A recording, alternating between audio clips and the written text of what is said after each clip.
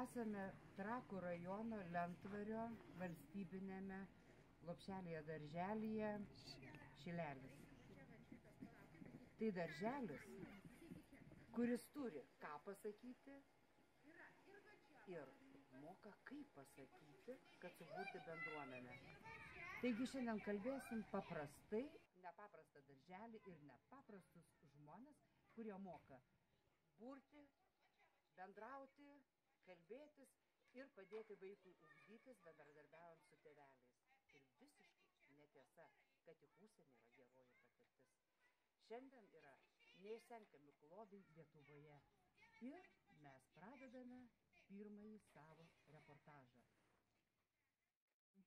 Va, o čia tuose knyginėlėje, tai būna lentynose daug knygų pridėta ir tiesiog vaikai pasiskolina, jas nešasi į namus.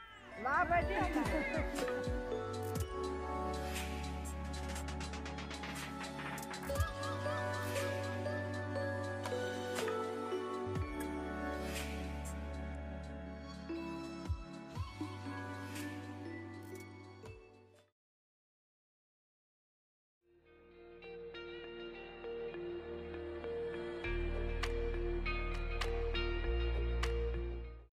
Sveikatingumo tą turim, tai kitą kartą ateina ne tik tai, kad vaikučiai su auklėtojom, bet ir tėvai ateina pasimti vaikų ir vaikai vedasi juos, liepia nusiauk ir eisim.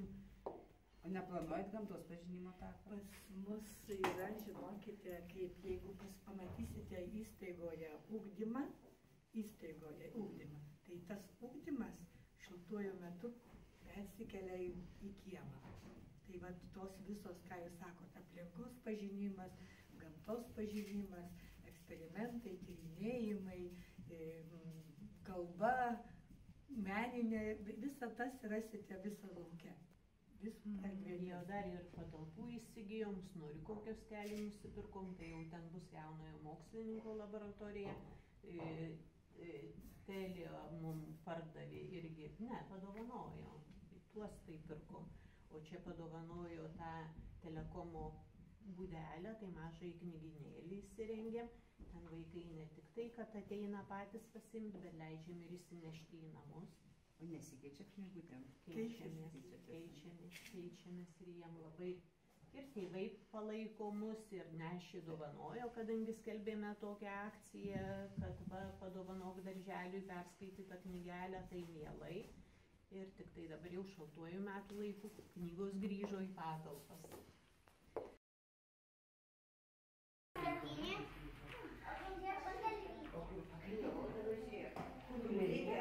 Savo grupėje naudoju tokį dalyką mūsų vaidinėlis. Tai yra vaikams duotų namų darbus, raidelę kažkurią, ne kažkurią, tai pagal abėcėlę.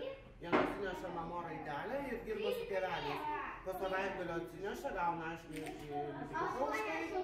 bet jau mes žinom raidelę, žodelius.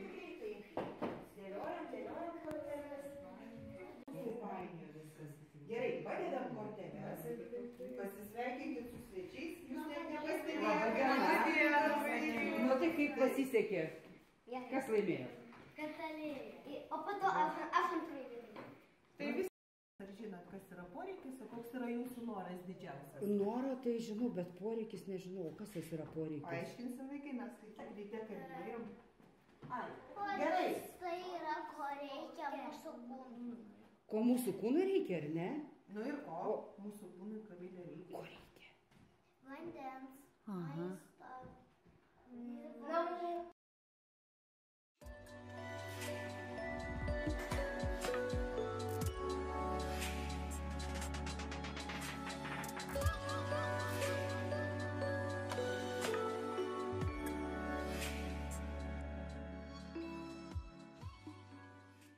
Bet čia labai gerai, nes labai dažnai bet patys pedagogai nepagalvoja, kad tie vaikai nemato kitokio gyvenimo.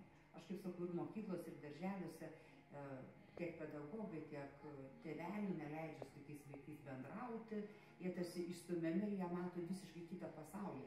O čia, kai jie pamato alternatyvą, tai atsiranda galimybės, kad jie gali kitaip ir matyti. tolimesnį savo gyvenimą, tai gali būti tas akstinas, kad aš nenoriu taip gyventi. Edukacinės aplinkus, kokios jos gražios bebūtų ir kaip tu jas sutvarkytum, jeigu nebūtų žmonių, kurie jas panaudoja kaip priemonės ir geba suburti bendruomenę, kur vaikas galėtų skleisti savo prigimtines galias, nieko nebūtų. Nes akcentas tai visgi yra bendruomenė, ar ne, ir kaip ji padeda vaikui augti, na, Šalkauskis sako, paauglys. Kad vaikai atrastų pagal savo norus ir poreikius, kad jie galėtų tyrinėti, atrasti kažką naujo, pažinti, bet savo darželio aplinkoje. Tai pavyzdžiui, sveikatos kryptį, tai labai gražiai sensorinėme kambaryje vaikučiai veikia. Vat štai pasižiūrėkite, kaip jie veikia.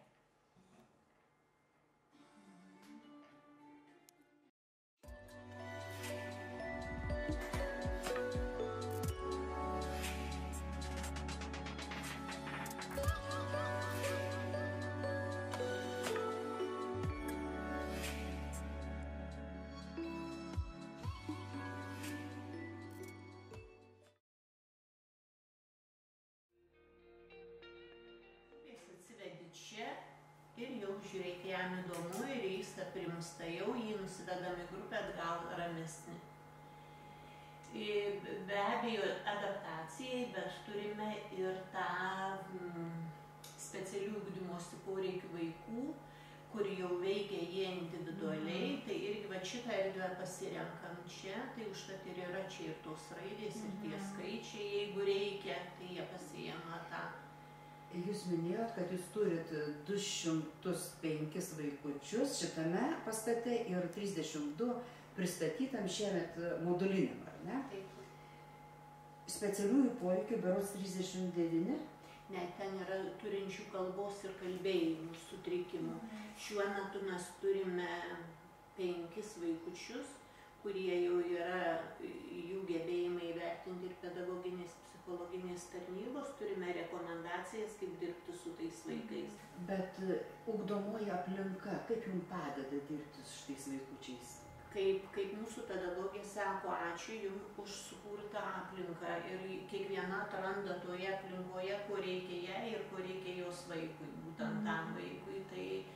Tai aš kaip Rasai, aš ir sakau, kad mes savo išsikeliame tokį tikslą kurti tą ugdomąją aplinką, ją papildyti naujomis priemonėmis, visą laiką domimės naujovėmis, visą laiką važiuojam ir į konferencijas ir atsivežam ir iš ten daug tų minčių ir idėjų.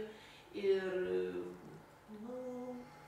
tai parodom tėvam tą, tarkim, tėvų susirinkimai, tarp pas mus yra lankomi labai gausiai. Jeigu grupės tėvų susirinkimus ateina ir mamytė ir tėvelis. Ir turbūt labai jau retai, kad neateitų nei vienas. Seneliai? Žinokit, ateina ir seneliai.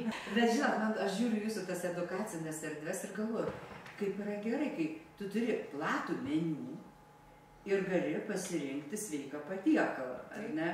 Bet tam reikia tik tai žinoti, reiškia specialistų, jūsų profesinis tobulėjimas turbūt irgi yra labai svarbi sudedamoji dalis. Kaip jūs šitą plėtojate? Dabar irgi jūsų kolegijoje dirba Onutė Motiejūnaitė. Taip yra. Jau vasario 5 dieną mes ją esam pasikvietę čia, kad mūsų įstaigos viduje vyksta mokymai, kad galėtų klausytis visi pedagogai, netgi ir ne pedagogai, tie, kurie domisi. Tai va čia vyksta tie mokymai ir turėjome ir komunikavimo kompetencijos irgi iš jūsų kolegijos, Lina buvo atvykusi. Tai va tie mokymai vyksta pas mus įstaigos viduje. Aš manau, kad čia labai geras dalykas, kad darželis pats pasikviečia čia, tai vietą, nes tai yra tada mokymai visai bendruomenėje, nes kada mokosi, vienas išvažiuoja, parsiveža, gal užsifiksavo, gal spėjo pasidalinti, gal ne, o kada yra mokymasis bendruomenėje, tas yra labai svarbu. Ir jūs iš tikrųjų labai aktyvus esate, nes jūs dalyvaujate ir projektuose įvairiuose, tai irgi yra kaip kompetencijų plėtra. pedagogų. Ir man atrodo, ir Erasmus projektuose jūs irgi dalyvaujate. Ir dabar va šiemet baigėme sveikos mitybos iki mokyklinėme amžiuje praktinėje ugdomojame ugdyme procese, kaip mes naudojam tas visas, tai irgi Erasmus baigėme 2 metų laikotarpiu, labai buvom pagirtiniai už aktyvumą, dalyvavom baigiamajam konferencijoje Kaune. Tai tikrai buvo džiugu, kai mes sukūrėme filmuką apie tą mūsų visą veiklą ir pateikėm. Ir iš karto prie mūsų vėl iš Erasmus Plus priėjo kuruojanti vadovė ir pasiūlė, ar nenorėtumėte įsitraukti ir tęsti. Tai viename projekte tai yra vaizdo žaidimai, o kitoje tai yra pasakos netradiciškai įtraukiant tėvus. Reiškiasi, pasaka ir tėvai kartu. Bet labai smagu, jūs bendravimo tokio kultūrą ir bendradarbiavimo vaiką ugdant viso. Bet kai jūs paminėjote daktarę Oną Motiejūnaitę, tai aš iš karto prisiminiau, kad ji yra profesorės Elenos Šapukienės mokinė, kuri buvo labai žymi ir labai prieštaravo prieš tada Sniečkaus miesto ten elektrinės statybą atominės, ir Ona Motiejūnaitė yra jau ne tik tai Vilniaus mieste, kad savivaldybėje dirbanti dabar, bet tai yra jau ir Lietuvos, ir pasaulio žinomas žmogus. Tai labai drąsiai mes priėjome prie jos, kadangi pirmas mūsų buvo jos atvažiavimas čia, kada vertino tas edukacinės erdves, tai jinai ir sako, reikia man čia savo studentus atsivežti. Tuomet antras susitikimas buvo, kaip gavome tą apdovanojimą, ir tada į trečią susitikimą pasikvietė mūsų auklėtojas Renata ir Irena su pranešimu, kadangi irgi Onutė jinai pasakė, kad pasikvieskit iš to darželio, jos sudalyvavo, ir tada aš ir paprašiau Renatos, sakau, tu prieik ir paprašyk kontaktų, ir tada parašiau aš į laišką ir laukiau atsakymo. Tai va jau turime ir temą seminaro, ir tikimės. Bet čia ir žinai, kada pas profesorė mane kas džiugina labai, kad žmonės negalvoja, kad čia darželis, važiuosime šiais darželį, dabar kažką darysim. Keičiasi jau ir tų vadinamų žinios nešėjų, ar ne, profesionalių pedagogų rengėjų požiūris, kad iš tikrųjų mes irgi pradedam važiuoti į darželius, norėdami ne tik tai patys kažką tai pasidaryti, bet ir iš jūsų labai daug gauti. Vaiva, jūs su savo visa komanda, tada 4 žmonės pas mus atvykot prieš trejetą metų. Bet matot, taip ir turėtų būti, nes pagrindas tai juk šeimoje vyksta ir iki mokyklinė institucija, prieš mokyklinis ir pradinis yra baziniai dalykai. Mesgi puikiai žinom pagal vaiko raidos psichologiją. Tai mus labai džiugina vaikų judėjimas, jų džiaugsmas, jų geros emocijos, o smagiausia, kai kartu ir būna dar tėveliai, visa bendruomenė. Tai šitame filmuke jūs trumpame pamatysite, kokia mūsų didelė bendruomenė. Tai vat jūs atradote tą variantą, ne, kaip susigrąžinti tėvus. Iš tikrųjų, su jais reikia dirbti, ką jūs ir sakėt, per vieną dieną nepasidaro, bet kai tu matai motivaciją, kodėl man verta ateiti, kad tai yra ne dėl to, kad reikia direktoriai ar pavaduotojai, dėl to, kad mano vaikui nuo to bus